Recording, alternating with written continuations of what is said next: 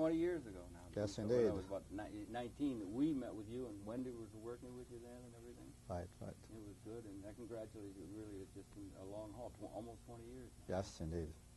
Interesting stuff. Interesting life. I mean, it goes fast. So hectic. Very so hectic. busy. Very hectic, yes. Yeah. Well, anyway, I'm really glad you could get in. Thank you for inviting me again. Not at all. We can talk about.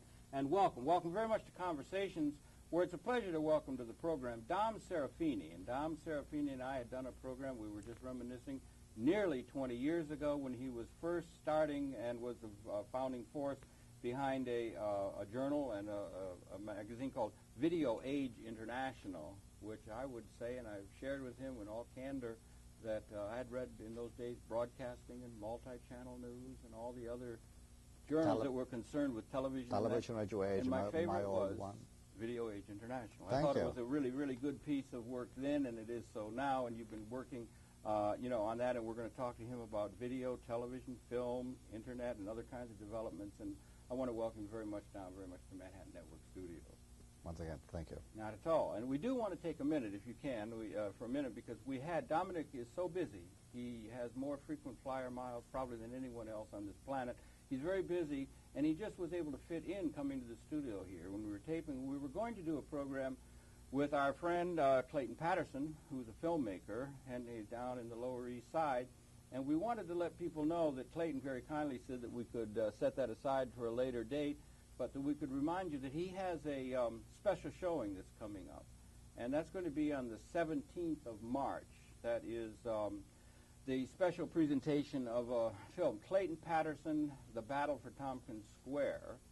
And it was going to be at 8 p.m. on Friday, the 17th of March.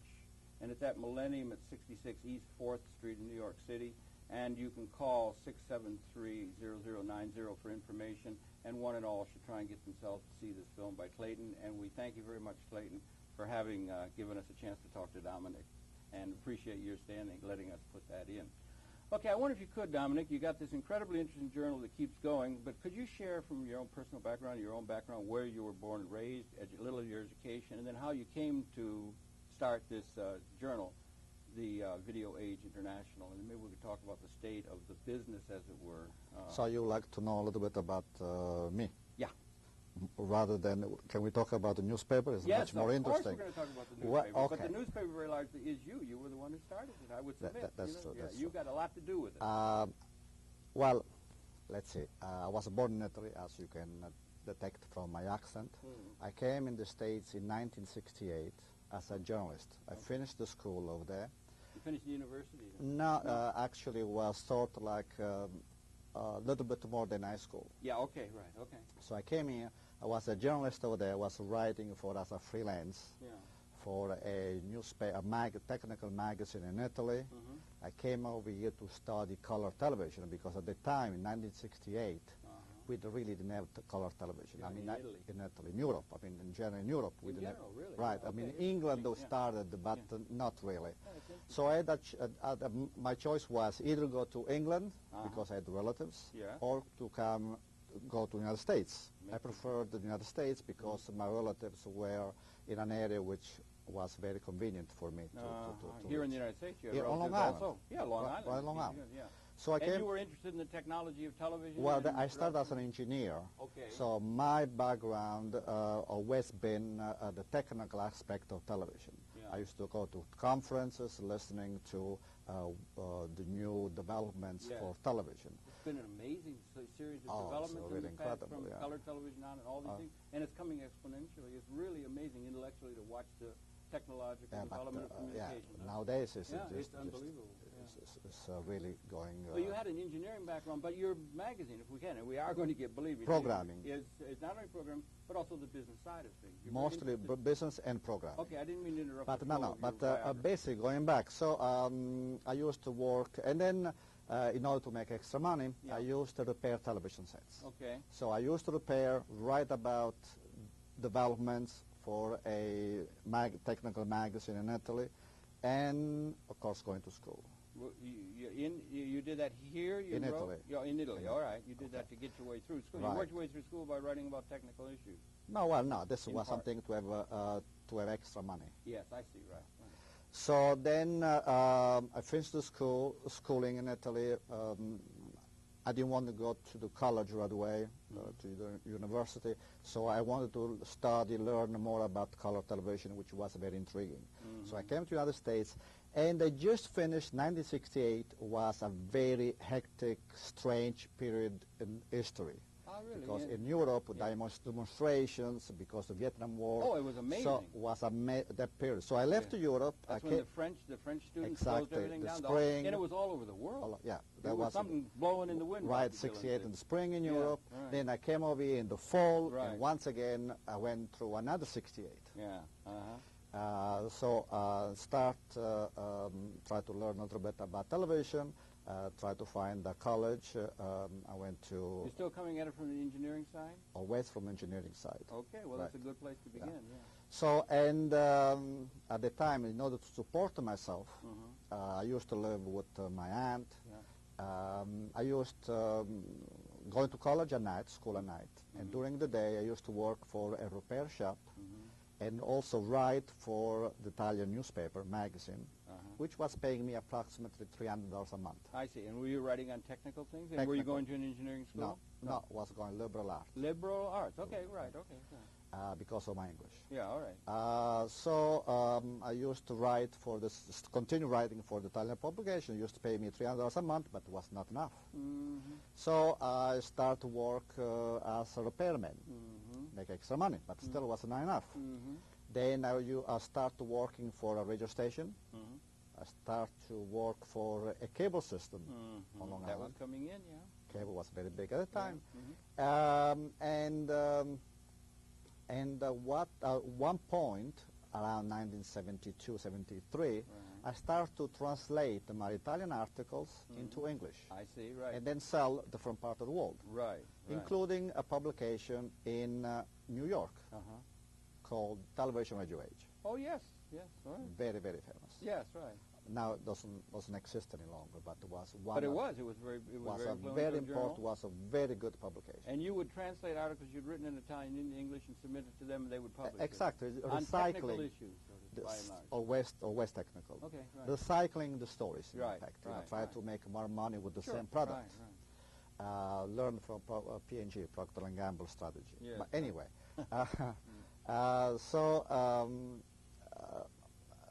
I got my FCC third-class license. In the morning, I used to have, believe it or not, I used to be a disc jockey I can believe that easily. Yeah, disc sure. jockey. Yeah. But at the time when I took my FCC third-class license, the exam was really tough. Right now, what is the FCC third-class license? Well, you can operate your own console. Your own console. Right. Right now, basically, you fill up a form, but years ago was very complicated. Because if you don't have a license, you cannot really touch anything. You could just... like at a radio station or at a place? I had working for 3 radio stations on Long Island. The last one was, I remember, used to be called, the call letters were WSUF, which was a country music. Now you imagine in Italian and a country music was really tough. I think it's great. It's very But, they used to pay me... So you used to do disc jockey for a country on Sundays. Music, Sunday shift, 3 hours, $10 an hour. Great, right, so, okay. Try to make some extra money. Right. At one point, I had 8 jobs. 8 jobs. You've always had a strong energy level, right? Really, I mean, it was going, constantly going. Then the publisher of Television Radio Age called me in one day and said, look, you've been writing for us about technical things. Why don't you run our international section of our publication? Wonderful. And that would begin to get into things beyond the technical, into the... Well, not yet. We're still technical. We're still talking about different parts of the world, what happened in Russia, in China, in Italy, in France, things like that. That's really interesting. Who was that? Can you remember who it was? Who Saul Paul. All right. And this is something that Saul was an incredible character. Yeah. Now, that was 1978. A lot of people in the industry knew him, knew that journal. Everybody. Was from the advertising to the technical to the programming to the film production, from everything. Filled the gamut. There's a community of people who are concerned with communications. There was a field of communications before there was an internet. We're going to talk about that, and they're still there. But anyway, so this was 1978. In 1980, I want to take the publication in a different direction, and he was resistant. One of the problems at the time, cable came in a very big way, and he would not evolve. He would still think of the publication as it were years back. You know, it would not really evolve. That's why the competition became very strong, like electronic media. We still were doing a publication where each article had to be 20 pages. And the people at that time simply didn't have time to read. It wasn't exactly soundbite. You know, so the articles were fantastic, but what you did, you piled them up, so soon I have time, I have to read that. Right, yeah, you never did. Later, You never did, because you simply didn't find That time. was a very influential journal. You had broadcasting, you had multi-channel news, and all these other newspapers that were covering that, right? Exactly. Then electronic media came with a sort of like a very quick read. The editors were nice in presenting the issues that concerned you, and so my publication, Television Radio at that time, went down, and I had a disagreement with my publisher. So at that point, I said to him, "Look, you know, either we do a publication jointly, so I can run it, or you know, I'm not interested to do what I'm doing." Yeah, because you wanted to go in another direction. Totally another direction. That was sort of editorial. Right, you wanted editorial to do that. product. In terms of the way you operate the business as well, or editorial? It was mostly editorial. Mostly editorial. Okay, right. You know, Well, that's important. You had your own vision. You wanted to pursue it. So at that time, he said to me, "Well, not really. I don't like to have partners. I like to do things on my own." So what I did, I called some of my friends in the industry. Yeah.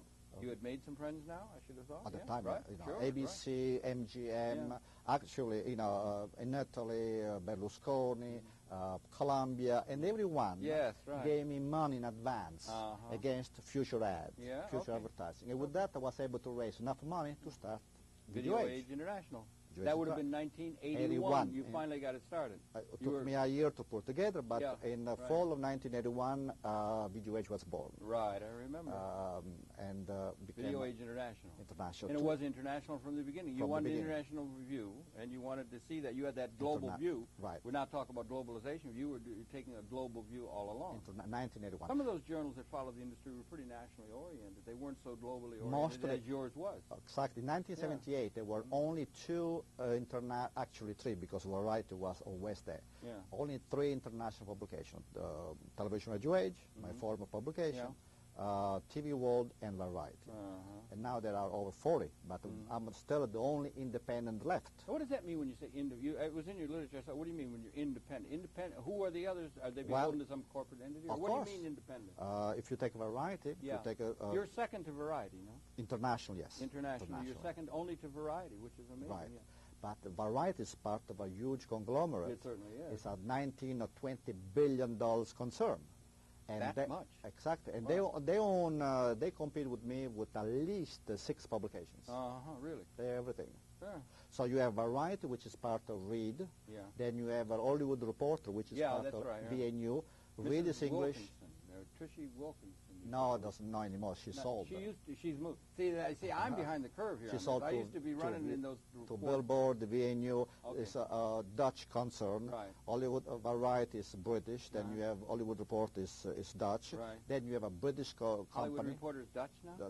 Boy, it's a good thing there's some people keeping track of things globally, because these things are really getting mixed up, aren't they? And then you have the publication England from EMAP, and then you have Pearson, which publishes another of my competitor. I see. Yeah. So and among all these publications, you find the Video Age, which is basically me. Yeah, that is right. You and then your colleagues, and you work of course, on it, my writers. And you've been able to build that up, and you've been able to have an. I can say it. I said, I'm not sure if I've already said it to you on camera, but I would say during that time, I used to read these just as somebody who watched the industry and so forth, and knew a lot of those people and everything like that. And I used to read them all, and I like Video Age International. Thank you. That's really true. They were good articles. Yeah, in 1982, we started a domestic publication called TV Executive. Okay. And together with TV Executive, which covered only the domestic aspect of domestic meaning U.S. aspect of television, we started to publish dailies at major events, at major TV markets, trade shows. We used to go there with dailies. Yeah, right. Right in the afternoon, print at night, and distribute in the morning. You'd always exactly. Now this no dust settles under you. I wonder if we might. Let me show what it looks like. No, wait. First of all, if I may, Domenico, I want to show. If I may, okay. Because I happened to fall last night. I was getting ready to do it, and it happened to fall off the shelf. This is not as old as I got some of them. This is the one that happened. This is the way it used to look. This is Video Age International from, what is it, This is 1985. This is 85, you know, and we had done the program with you in 82, just a year. You were just getting started. I don't think you had a year yet. This is the way it used to look, and this was the thing. And this, if I may, that's reminiscent of the old. This is the way it looks now. You can see it. This is the monthly, by the way. And this is the monthly publication, Video Age International. It's on the net, videoageinternational.com. Right. And so this is it is, and it's got all kinds of, it's very, very handsome. It's got, you can see, reporting on people in the industry with people from the movie, television, and so forth. And if you can, I'm going to need my glasses to do it, but this is the journal that you have. Maybe you can help me with it if I can't. The Business Journal of Film, Broadcasting, Cable TV, Pay TV, PPS, that's pay television. DBS, not direct to broadcast. DBS, yeah, but what's PPV?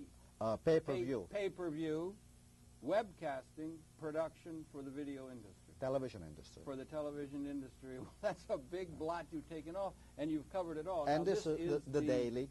This is a daily. This is the one that you would be put together at the major conferences and shows and things. And you're going to be able to spell what some of those are because you cover them with a tremendous keen ability and so forth. But this is the way the journal looks now, and it comes out monthly, and then you have daily exhibits at some of these shows. Exactly, yeah. So we were one of the first to publish dailies, even before at the markets, even before varieties. One thing I would like to mention, going back to my former boss, Saul Paul, because he was a pioneer in this business that should be recognized. Okay. Years ago, there were a group of pioneers, and the unique aspect of these people is that they came from the same area in Russia. No fooling, really? Near Minsk. You mean, near Minsk. They're all Jews from Minsk. Right. They came to the United States, and they created what we have now. Now, you're talking about a lot of different things that are come under your purview now. You know, film, you're talking about Hollywood, you're talking about television production, you're talking about cable, you're talking about web. Everything started from this small town in Minsk. Really? What? Yeah. If you have my former boss, Saul Paul, no, he did radio from television radio age. Right. Then you have Soltaishov, broadcasting, also right. Russian, from the same area. That's true. Then you have the Silverman variety, also from the same area, Russian. Right. Then you have Paley, Must be of course, CBS. Is he from there? Of course, William Paley? same area. From the same originally area? was a Russian. Must have been something in the water or something. I don't know. You have, what else? Goldenson. You have David Sarnoff. For the RCA. RCA. Yeah. They all more or less the same area. It's a really, really incredible. A group of people from Russia created, but in addition, you have Vladimir Zworykin, basically the person who created the black and white television, also from Russia. What about Sarnoff? David Sarnoff is also from the same area. Vladimir Zworykin. Peter Goldmark created video. Peter Goldmark was Hungarian. He wasn't from Minsk? No, was Hungarian. He was from Hungary. Okay, well, there was, okay, I see. I'm sorry, he invented the color television. He developed the videotape, I think. Exactly. No videotape. He developed the long play, and he developed the color television, which was in the Apollo mission, and also he developed what was basically before the VCR. In other words, he believed in they used to call EVR, electronic, like a film, like 8mm film in a cassette. Evolved. Reel to reel even. No. Well, no, it wasn't still a cassette, but it was EVR, which evolved into the VCR that we know now. Okay, good. Yeah. But no, just a side note about let you know this group of people that they were really the pioneer and created what we have today. Of the communications industry. For television industry. Particularly television and radio. What about in the telephony and so forth? I mean, well, I don't know. We had. Well, telephony was even before, but telephony was, for example, there's a dispute who invented the telephony. I think that Meucci invented telephony, and Bell basically through the money that he was able to raise enough money to buy the concept. Yeah, I guess what I was getting at is we're coming into what is sometimes called the information age, and it involves a lot of different kinds. I remember Mark Perrott. Do you remember Mark Perrott or Yuri Mark Perrott? He was the one who did a definition of Richard Wiley And he did, or Henry Geller down in the Washington, but he did a thing defining the information economy that is going to emerge in the future. We're coming into that. And there were these developments in cable and film and in television, and all these things were going on, the communications industry, and there were these pioneers that were involved in this as apart from, let's say, the agriculture or heavy industry and so forth, the communication pioneers. And they're still coming, and now they're coming. We're going to have to talk about the internet and so forth. Right, and of course here we're on cable. Right. And basically, for example, I remember a line from David Sarnoff that they did not how to explain to his parents what was his job. You know, I could not explain I'm in television, I'm in electronics, because the concept didn't exist at the time. Right. So in order to not to let his parents worry, you say I'm a plumber.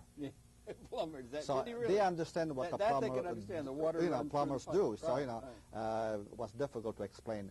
Nowadays, same thing. You know, how can you explain what convergence is all about? It's very, very, very difficult. I don't think anyone can at this point. You know. That's right. And the people are different. They just and they have these things that are going. But I want to go back and pick up. You got the journal going and so forth. And you did mention that one of the things you did was report upon the people who made up on an international scale, the communication industry, including content providers and also people that ran the networks and so forth. You covered that, and you did it largely through covering many of these conferences that are held all around the world. There's certain ones, and you've covered that very, very well. Have you right. not? Yeah. Well, or, now, yes, yes, we did, but it was very simple. I mean, right now. I was fortunate to really learn the business of television, which was very simple. You had the cable, you had the programming, you had the network, television, and you had production and distribution. And each one operated with a very clear business model. And everyone could understand how the program is produced, how the program is sold, how the program is put on the air, different level of making money with the same program, or, I mean, there were very good rules and formulas for everything we did in our industry. All well and good, but there was competition between the people within the industry, and there was competition between the people. Cable felt there was a conflict between broadcasting, and then they had, you had conflicts between them, and it had to be ironed out, and there were people who were making decisions, business decisions, well, there or were governmental regulatory there were decisions overlaps. that allowed this thing to evolve, and to understand all of that. But there were overlaps, but the rules were very clear. Okay, right. We operated with a very clear guidelines. Those guidelines were easy to explain. The issue may have been complex, but the guidelines were there to guide everyone. You know, if you were in cable, you could do certain things. You know, if you were a broadcasting network of local stations, you could be an independent, or you could be affiliated with a network. There were rules, formulas that you could apply to do a to operate a business. Very good. Yeah, right. And it was a big business. It was a movie. But they do have these kinds. They have the Western show. They have the cable show. They have the National Association of Broadcast. They have these shows and so forth, where a great number of the people who are concerned with these questions, and there are some new technological developments, there's tweaking, there's kind of things that can go on, and then there's business strategy, and all of these questions could come up at these various conferences, and I think maybe it would be worthwhile what some of the major venues are for the people who are in this industry that you cover so well, if we could address some of Well, we cover everything. We cover from NATP. Now, wait a minute, if I may. We're talking to a general audience. Maybe you could use, instead of the initials, maybe you could talk about what some of the major shows are where people have traditionally covered this industry, and then maybe we could start talking about some of the things that have to do with webcasting and things that are developing now. And let's not leave out cable, because we're talking about cable. Right, of course. Now, since I cover mostly broadcast television, and mostly when you have a cable conference, it's always in conflict with something else. For the past 10 years, I've not been attending a cable convention. I mostly concentrate, I focus on television convention, either for production or distribution on a network. Of the large network. Of the large and the global network. Of course. So you start in January with National Association of Television Program Executives in New Orleans. Then after that, I go to Monte Carlo for a television conference in Monte Carlo. Has it got an official title? These are some official the ones Monte that Carlo come TV market. Monte Carlo TV is another major market in the spring, right? In February. In February. So it will be All right. January, then All right. February. Then in March, you go to Los Angeles for American film market, which Okay. covers the film. And nowadays, film, especially in independent area, cannot be produced without the input, without the financial contribution of television. That's interesting, isn't it? Yeah. Right. That's Then interesting. in March, in April, Because that's so much a part of the distribution. of course, and the marketing. television is Fine. very important now. Yeah. Okay. In a way that it hadn't been. Yeah. Okay. Right. Okay. For independence. Yeah. Okay. For independence, particularly. Independent movies. Yeah. Right. Then you have, now in April, you have a MIP TV in Europe. MIP stands for.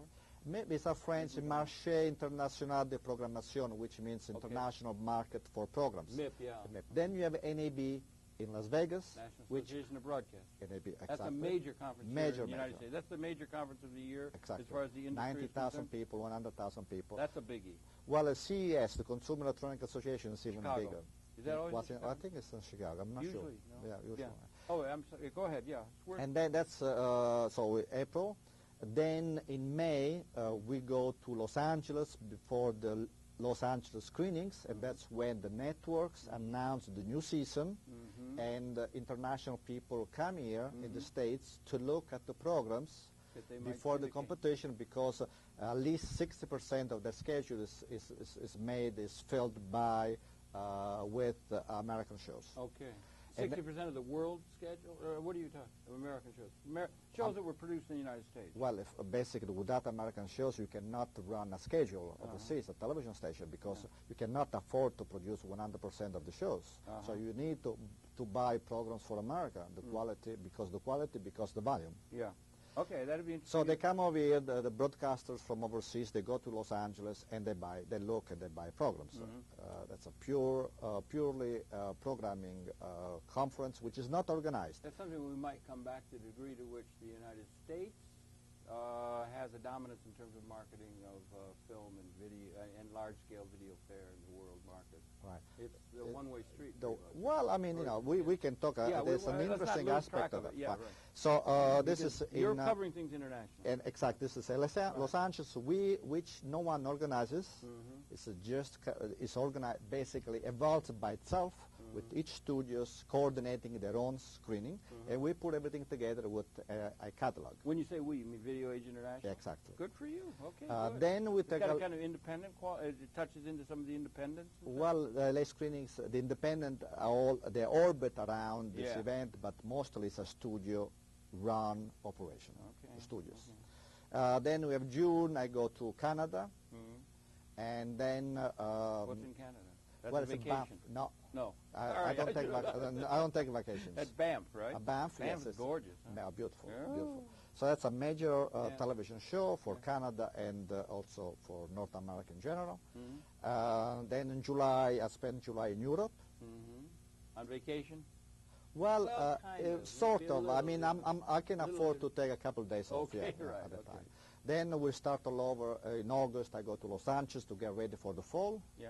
And then you have September. You have a major show for sports, which I think now they moved to November, but I have to double check. Yeah. Then you have another major sport convention. Television sports is now Getting big, huh? yeah, Really in Miami. Big part of the market. In Miami. Yeah. Then there is another conference which I forgot to mention is about promotion, television promotion, how to promote the shows on the air, which this year is going to be held in New Orleans in June, which we go. Who put that together? Promax. Promax is a company, is that it? Yeah. It's an association. But it's an association of advertisers or what? Or promotion people. PR people? Yeah. Promotion executives. Oh, okay. Promotion executives within the industry. And Promax, promotion, marketing executives. Gotcha. Okay. That's in June, we said. And then we start to get ready for the fall, which includes sports, television again. Then we have another MIPCOM again in France. In France. Another. There's 2 a year? Yeah, in France. Yeah. All right. Then we go, actually there are 3, because one in February, which I'm not able to attend because there's a conflict. There's one about multimedia. also in Cannes in France. Then we go to October, I said, for MIPCOM, then November in Italy for film market, which is very important because once again on television. And then in November at United Nations, where we met recently for the global television, which is sponsored by what about Italians. things like, what about the film conferences like Cannes, and what about Sundance and these kind of things? Do you get to that or not, or you don't? Not really. They're more like the film industry as such? There's You not can't enough. cover- I cannot cover everything. No. It's impossible because otherwise I'll be traveling. If you could, would you be there? Would you learn things there that are important for you, what you're doing? Or No. what is it that you feel I don't want to wax idealistic or something, but what is it that there's a lot of information. Like one of the things you can do is you get information overload, you can see patterns, so you can present certain patterns. What is it that you feel the charge of the overall responsible charge of your journal and your professional persona and so forth? What it is you're trying to present, and what are you trying to cover? What do you have to leave out, and how do you decide what it is that you're going to make sure that you're covering well? Well, first of all, we still have to present what's happening in the area of broadcasting, production, and distribution. Worldwide. Worldwide. So you do RAI and all these big networks. All right? of them. Do we do you understand very well the world television system? Exactly. That's something. And that's your major. That's focus? basically the major focus. The larger part of the content. We're talking about what is going to happen, and we try to anticipate the news. In other words, when someone reads our magazine, basically we're trying to tell the reader what is going to happen a month from now. So you have a clear picture, so when it goes to a particular event, he has a general idea what may happen. And the reader is going to be people within the industry, by and large, right? All you're industry, trying to keep people. ahead of a very fast-moving industry in a way, and exactly. you must be doing very well because you have a great subscribership and you have a great number of people who pay attention to what you got. Right. So you're trying to keep ahead of a very fast-moving curve. It's very, very difficult because basically we write for people that theoretically know more than we do. Yeah, right. Well, that's like pattern recognition. Information overload is interesting from the theoretical perspective of information theory and so forth.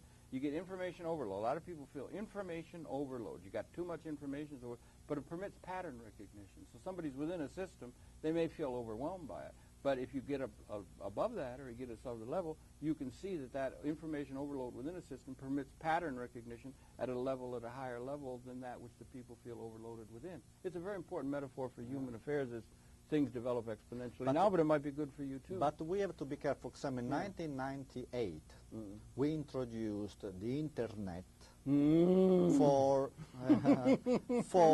television. Yes, okay. Which evolved into a book that I didn't bring. You asked me to bring, but I didn't have a chance to. You've got a book, and we might just say it's called Television via Internet. Yes. Via Internet. So in 1998, we introduced this concept of television via Internet. My readers thought they were upset because they thought I was entering an area that had nothing to do with them. Of course, it's not the case. You've probably had that problem all along because you're covering. I'd read off all those things you're covering: film, television, cable, pay-per-view. You're covering all these fields. That's all kinds of fields. Everybody within those fields thinks they're in that field. That's the field they're in, but they relate to other fields, and you're covering it globally. Right. And if there's anything that's developed in this world that is international, as I said to you, anything that's international, as in Video Age International, it's this emerging internet and so forth. And somebody who's in touch with the business and the people and information, you're in a very, very interesting perspective in order to understand who the real players are that are shaping the global communications pattern. Right. But keep in are mind, you not? Right. But keep in mind the one thing, that the people that we reach, top-level people in the international television, programming, broadcasting, and distribution, they don't have to read Video Age or Variety or any other publication to find out what's happening. They know. Okay, why would they read your magazine? They do. They do. Why do they? Because that's the difficult part. Because we write about things or an angle, we take an argument, a subject, and we write in such a way that raises questions. So because basically this industry is very small. So and only it's powerful. only a handful of people. A handful of people are running the communication system of the world. Exactly, you say, but yeah? you see, only a handful of people make news. Yeah. Do you think that Murdoch has to read what we write to find out what's going on? Well, he might well look at this journal from time to time. He's sitting in his Well, of course, car. you don't, I mean, Yeah. I know because there would be something in there that would tweak in a pattern recognition kind of way. Exactly. So you're trying to reach those kind of people. Exactly, but So that's it's very, very difficult. Yes, of course. And at the time that's was... true of any field. You know, Excuse me? where that's true of any field where there are a lot of specialists and so forth to be able to do that. That's what the challenge of the visionary or the person that has a kind of vision is. And you've put your flag up that you're in that kind of a position. Invite people to do it, and they've come to they subscribe. Second variety. Well, basically, the people who actually pay to receive Video Age are few, a couple hundred. Yeah, yeah. Colleges, agencies, people that are not our core readership. Because the first thing we have to assure to our advertisers that the publication and the daily is read by everybody in the industry. Right, right. So if they don't subscribe, we'll send them anyway. Yeah, right. In the industry people. So we reach everyone in the television international arena. Yeah, right. But they send complimentary. Yeah, we have to tell our advertisers that everybody reads Video Age. Right, so you've not only gotten the technical understanding and you can tweak the minds of the people who are leading the world industry and so forth, but you do it in a way that has a good business sense to keep the thing going with advertising revenue that has to come in. You keep a business up and going. It's going back to, as I mentioned to you, I started as an engineering background. Right. Then when I started with television Radio Age, they moved me toward the programming. At that point, in 1978, I started to learn more and more about programming. And that's why Video Age now evolved into more like programming. And once again, because of the internet, now we're touching, not really fully covering, but touching on the hardware part.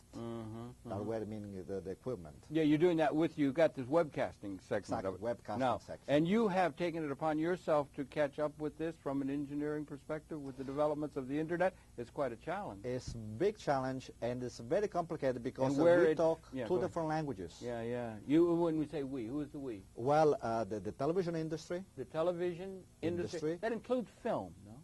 I mean, the people who produce product, that includes Hollywood, that includes nowadays, yes. In the production. Right. So that's what we're talking when you say the television, it includes not only the distribution, but also the production. Yes. All right, so there's that, and then there's the other. And then you have the so-called .com internet companies, which they have a totally different language, different way of express themselves, and there is a huge gap. Those two people do not understand each other. You do not think they do? No. You do not think there are lessons to be learned one from the other? No, there's no communication. Do you think there is no communication between them? No. So Bill Gates does not talk to, I mean, Sony's trying to get into the into the digital world.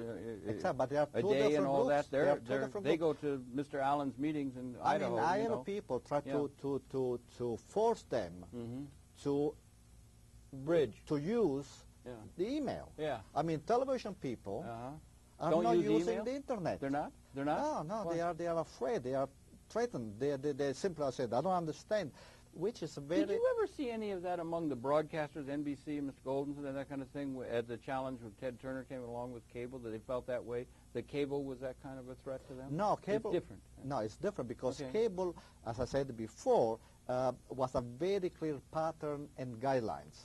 You felt that you understood cable, you understood its function, but the potential. Broadcasters see it as a threat, did they not? Not really, Not because really. if you look at broadcasters like NBC, like ABC, they went into cable. Yeah, I mean, ESPN was created by Herb Grant before anybody else. Everyone thought it was crazy, was wasting a lot of money. Look now. But the many broadcasters went into cable because they realized the potential of cable. Yeah. Well, now, don't you think a lot of the people of film, because you're going to have content involved, and there's still going to be that thing, you got email, but you're going to have the people that are in film, Hollywood, let's say film production, independence, and that sort of thing, and television executives, which have a global view. They have an idea of the global market. There's still of that. There's still half of the population has never made a phone call. The world population has never made a telephone call. So, I mean, you got that, but they got a global view. They got an oversight. They know about satellites. They know about this stuff. There's not going to be a blending and a sense of globalization among Mr. Murdoch and these people carry around where they can understand the implications of a new emerging communication that the internet is. And the television and the computer are merging. It's the digital age. Right? Well, you know, everyone talks about the convergence. I talk about divergence or divergence. All right, it's good for you. You've got a good view. Share us. I mean, fill us in on the way you see it. It's very complicated because the computer people will not talk to the broadcasters. The broadcaster says, look, we are not running a telephone company, and even though the industry, the technology, pushing to converge, human nature is pushing to divert. Well, I was just trying to say that happened with the buggy whip when the automobile came. It's not like that. It's not, you know, okay, I'm saying that. You've got MSNBC, that's a combination of Microsoft and NBC and network. Those are two pretty big companies that merged in a programming venture, that kind of thing. There are some examples of that. Everybody's got .com on the end of their programs now. I mean, every program on television, they've all got a .com. No question about it. So they see the two different media. They see the .com to promote the traditional media. Oh, the people in the media will use the .com to promote their traditional media presentation. And there's something to that. There's still a lot of the people get their news from the major networks, aren't they? Even though there's a lot of cable stations, there's a lot of choice, a lot of things, but a lot of people still get it from television. And it's always been like that, isn't it? Well, that's because you have 100 million families in the United States with television sets, and I believe only 23 or 40, I believe, I forgot the exact number, with computers. The question is what the future television is going to look like. It's going to be a computer that is showing television, or television that can also operate as a computer. Okay, what is it going to be? You tell us, because you know, you've been following these things with an acuity that probably none of us have. What's going to happen? Well, I personally believe that the future television is going to be a computer that looks like television. All right. It'll be a high definition. Okay, I didn't mean, but there's high definition is coming, digital is coming. Well, see, you know, there's a lot of talk about this high definition television. We saw it at the Globe, at the UN. It was beautiful. It was outstanding. It was like 35 millimeter film. You don't have to transmit high definition television. Well, it's a lot of bandwidth, huh? Exactly. Yeah. Right. You could, the TV set itself, through a little device, can double the lines. Once you have a digital signal in a form sequential, like a computer, not like a television set which is interlaced. Interlaced. But when you have the sequential, you can double the lines. Even a sequential can double the lines in effect. So the TV set can double the line and give you high definition television. Oh, really? The digital signal is clear by itself. It's a clear signal. Either you receive it or you don't receive it. And when you do receive it, it's beautiful. And you'll be able to receive that. You feel you're going to be able to receive that. Let's say 10 years out or 15 or something. You're going to be able to receive that on a computer that looks like a television screen. It's going to be. You can look at television. It'll be a computer. You need to look at television. It'll be digital. It's going to be digital. Yeah. It's going to be a television set. In the beginning, your regular television set with a little device which converts digital into analog, and then some device gives you internet, and the programs will be broadcast or transmitted, because now we talk about transport, transmitted either with the cable, telephone line, ADSL, broadcast television over the air, or satellite. So basically the same program coming from different directions. Yeah, right. And you choose which way you want the program to be channeled into your house. Yeah, and I heard you say there's going to be a little device on the thing to go from analog to digital. You think, because to utilize the televisions that are already there. Because it forces you to spend $5,000-$6,000, and you think those prices will erode quickly as they did with color television? Of course. And they'll come down quickly so that it'll become available. And there are certain mandated things by the FCC as far as the United States about when 2006, right, is a major year. So that's all going on. You're following all of that kind of. It's really interesting stuff that's going on. Now, what about the idea of we're in cable here? You know, you got cable. Remember Ted Turner used to come on and he would say cable is, or the Sloan Report, and they said cable is the medium of abundance. We got an abundant channel capacity. Time Warner out in Queens said they're going to have 500 channels. Or they're going to have this kind of thing. They had that. So cable is there. You say you don't cover it very well, but maybe we can just have it at the back of our mind when we start thinking about the streaming of the video, the streaming of the audio onto the internet itself. And what do you see as far as that as a distribution system? The exponential increase of capacity, the bandwidth is coming out. They're getting more and more all the time because the computers are doubling in their capacity? Well, the way I see it, right now, our cable system, you have, I don't know how many channels I can receive in my home. 100? Let's say 100 channels. Yeah. And they are 100 channels at the same time on in the same cable. You know, Right. Parallel, you know, sometimes going to the cable. Right. The way I see it in the future, that you're going to pull one program at a time. In other words, your cable, you pull your signal. It's not going to be all the signal there constantly. Just pull what you want to see. I see, yeah. For example, you're going to see a grid. And that could be on a server somewhere or something. You're going to see a grid, you know, and you're going to say you feel like watching a Western.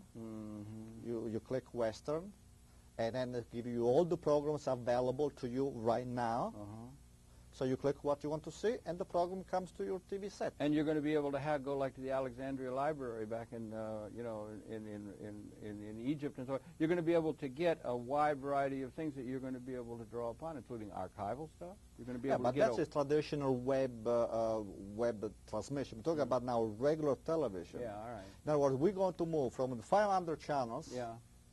To the one channel. To one channel over which anything can come. Yeah, you have one. You can pull through your television set the channel that you feel like watching. Yeah. Now, how are you going to get to know what's out there? Because there's going to be an unlimited amount of things that you would be able to choose from, just like you do with the web pages. You're going to have an electronic grid, like a TV guide. We're going to need a TV guide that's going to be pretty thick. Or at least it's going to have to be very efficient fix, because there's going to be so many things. You got all the websites you could choose. You got a website. You're going to do Video Age International. Will be able to come up on your screen. Right. Your television you have screen. to call. And there's a whole bunch more. Right. You have to call. But for television, this is a traditional web. For television, the streaming like you're talking about, television would be in a streaming format. Oh, I see. Okay. Right, so that you can pull from your cable system by tuning in, by let's say clicking or touching the genre that you like to watch. Particularly, if you want to watch news, you can also have a couple of those key channels already programmed. That you just click. Or you just touch, or you just click a remote, and this program comes. You mean because those are favorites? Because they're favorites like on a computer screen. Right. But basically, at night you said, okay, I would like to watch a movie. You just go to the grid, show all the movies. You pick up a genre, and tell you exactly how many of those movies are run and broadcast or transmit that particular instant. Yeah, and when you start linking it all together, Mr. Annenberg made a whole lot of money with the TV guide, did he not? And there's going to be some sort of a system that's going to make available to people to know the things that are going to be available to them, because the choices are going to grow all the time. Do you think? Enormous. Because you said before, the content is enormous that exists already in Hollywood and other kinds of places. The content, it becomes unlimited. Everything that's right now in the analog form, like tapes, will be in a digital format. Now, that's going to be happening automatically, or is there going to have to be some process where that analog tape is taken at a studio or at a shop or a place, and it's going to be played and made into a digital format and then played, or will it be done by the people in the home? I heard you say you think there will be a thing on your set that will translate audio signals to digital? In the beginning. You think that'll be there? Well, in the beginning, you're not going to get the broad. Yeah. Okay. Right. Okay. In the beginning, you need a little device that adapts your analog set to the set that you have home right now to receive. Is that there now? Probably. Yeah. Because there aren't very many digital sets. There aren't very many. No, your computers are digital sets. Yeah. Right. You can buy a little tuner and use your computer to watch digital television right now. Right. But basically, we'll have this device converts digital into analog, so you can watch it on your TV set, and also allows by plugging onto the telephone, or your television station itself is going to be transmitting digital web signals, and this is called datacasting. Yeah. Now you're trying to follow all of this. I mean, because you do webcasting in your magazine, your monthly magazine. You have a section of webcasting, so you're going out there. Do you get some flack from the people who are in the traditional industry saying, why are you fooling with that? We did. And are they beginning to understand that you should be following that? And now, glad that you are? Exactly. Right. Now they start to get used to it, and they're still asking me a question like, it's too complicated, why don't you simplify even further? And I don't know how further I can simplify, because looks like, you know, I'm talking with, you know, a The very youngster. simple thing. Yeah. And also, No, yeah. when I want more information from the .com companies, they lose patience because they don't like to explain things. Yeah.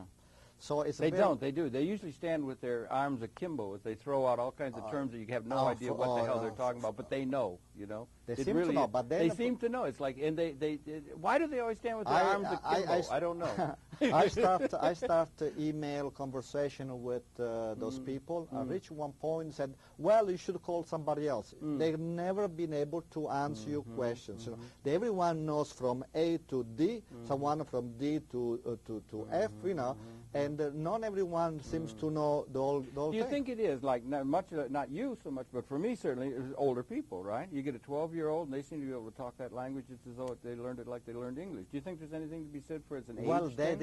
they know how to operate the computer, but Yeah. I really doubt They seem to be able know. to talk that talk too, or something. It seems. I don't know. Maybe go ahead. I'm sorry. Yeah, didn't mean but to I don't know if really in they certain things they really understand, because even sometimes I speak with teachers that teach computer science, and they say, would you explain to me what Internet Protocol version 4 versus Internet Protocol version 6? And they said to me, they are different. Yeah. Of course I know it's different, but explain to me the difference and why one is more secure than another, why Internet now develop Internet 2, I'm trying to understand more Internet 2, and I can find anyone to be able to explain to me exactly what entails. Yeah, and they don't do things linearly so much, because they just sit down at a computer and start working it, and then they sort of just work their way through, and it's just done intuitively or something, which is probably pretty good and so forth. I wonder, you said before there's been this differentiation, you ticked off all these major industry places, meeting places, and then there's Cannes and all these film and these kind of things and everything. Now, you've got,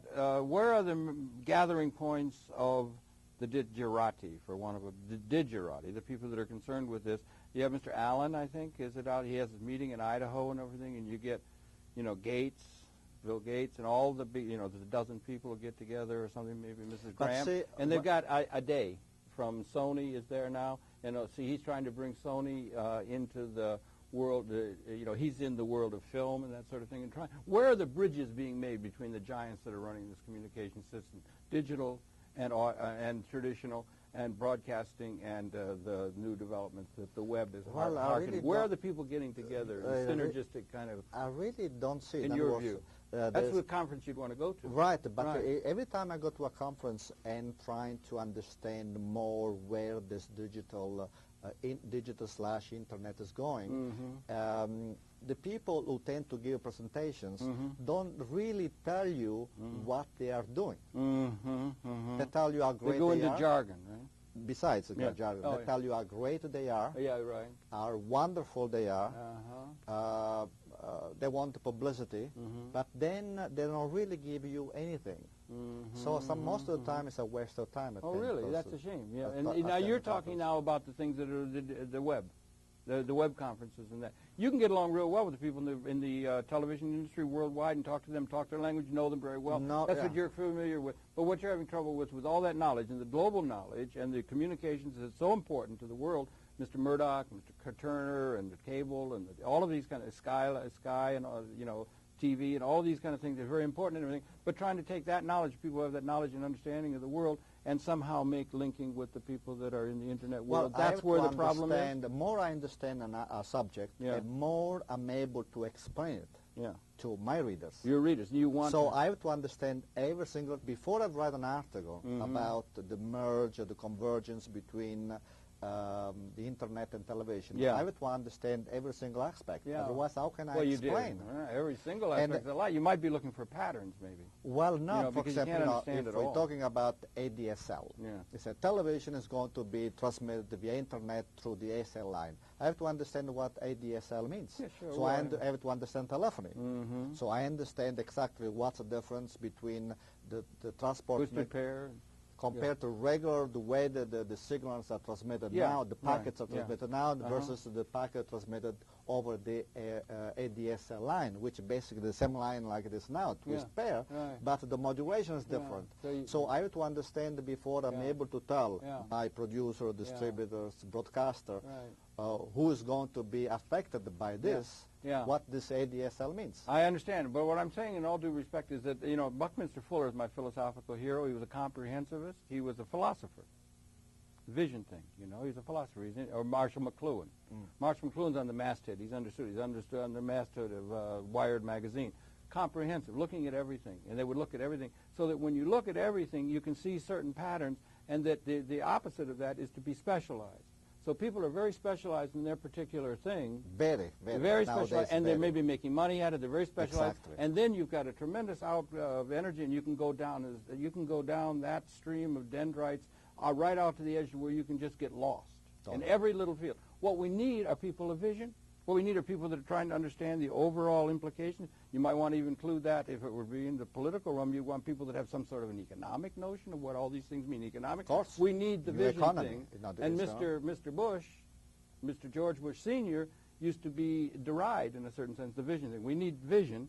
And who are some of the visionaries that we can go to? I just read a book by Ray Kurzweil a bit back, The Age of Spiritual Machines. I don't know if you're familiar with that. Or are there people out there, I think he's really very, are there people out there, a vision, who can put it together in a comprehensive way? We're trying to do that on this series, of this television. We're trying to get people who can help put that together. But are there people that we can repair to get an overarching vision sense of what this all means for the human condition? But you need... Do you understand what I'm saying? Yes, but that's part of your charge. In order to have a broad view and to be a so-called philosopher, no, you'll be a comprehensivist. The specialist is someone who knows more and more about less and less. Right.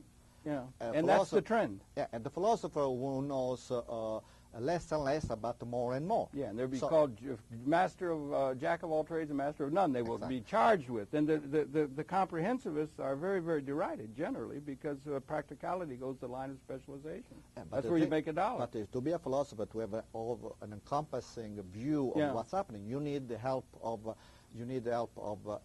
the person who understands telephony, the person who understands the computer. Yeah, you have to go. Right. But you've done that, if I may, with all due respect. I mean, I'm just saying to you, you covered everything. You didn't just cover television. That doesn't mean I still understand it. No. But you are looking for the pattern. You don't have to go into all the details that somebody's going to tell you about some particular thing. What you want to see is the way that detail fits into the broader picture called systems thinking. But if I congratulate you on having done a lot of systems thinking about communication. If I don't understand the details, I'm not able to explain exactly how the industry can take advantage of this new technology. I understand that, but you can. All I'm trying to say is I understand that, but there is a role for people, and that is like a briar patch, or that is like a tar baby. If you start getting into the details of something and you get all bogged down in the details, I think you could be lost and never be heard from again. I mean, there's a lot of that going on.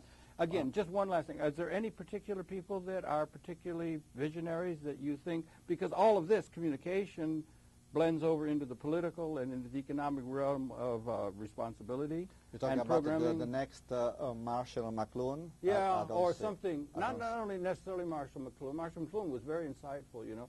Fuller and there are others, but are there any people out there that are sort of taking the measure of all this technological extensions of our consciousness and what it means for the human condition, which your magazine has gone a long way toward trying to do? I mean, anybody out there you can admire? I'm sure that steer us toward. I really don't know. Okay. I mean, we don't have a David Sarnoff, we don't have William Paley, Bill Paley, we don't have a Goldenson, we don't have the leaders of the past. I mean, I don't see it right now. Of course. So I guess there's nothing left for it, but that we're just going to have to try and do that ourselves, right? And Dominic, if I may, Dom Serafini. We haven't got them, but they may be out there and so forth. The journal is heartily recommended. It's called, again, Video Age International. We'll give it at the end. It's been talking with its founder and moving force nearly 20 years now. Congratulations on 20 years of publishing what to me is the best journal that has been put out in terms of comprehensively looking at the communications developments. And I laud you on having tried to make that bridge over to the Internet. It's a tremendous challenge. It's one that really calls for heroic effort, and I think you're doing that, and one and all are, encouraged to repair to your journal in order to get some sort of vision toward this direction we're going. Been a pleasure talking with you. Thank you very much for coming in. Thank you for inviting We me. on Conversations invite you to tune in. We'll be coming back again next week. That's it for this segment. We again thank Clayton Patterson for having put the time aside, and recommend all go to his show March 17th at the Millennium at 8 o'clock here in New York City. And Dom, once again, thank you really very, very much for coming in. Thank you. Until next time. So it's lots of, we don't have our Marshall McLuhan now, huh? James Joyce is one of my favorites. You know, James Joyce had Daedalus say, and you have to go to the poets maybe or something, but he had Daedalus say that history is a nightmare from which we're attempting to awaken. I don't know. I want for leadership of philosophical or overarching intellectual leadership now. I mean, not only political, you're not going to get it there, but the last. But for an overarching vision, because things are changing so fast.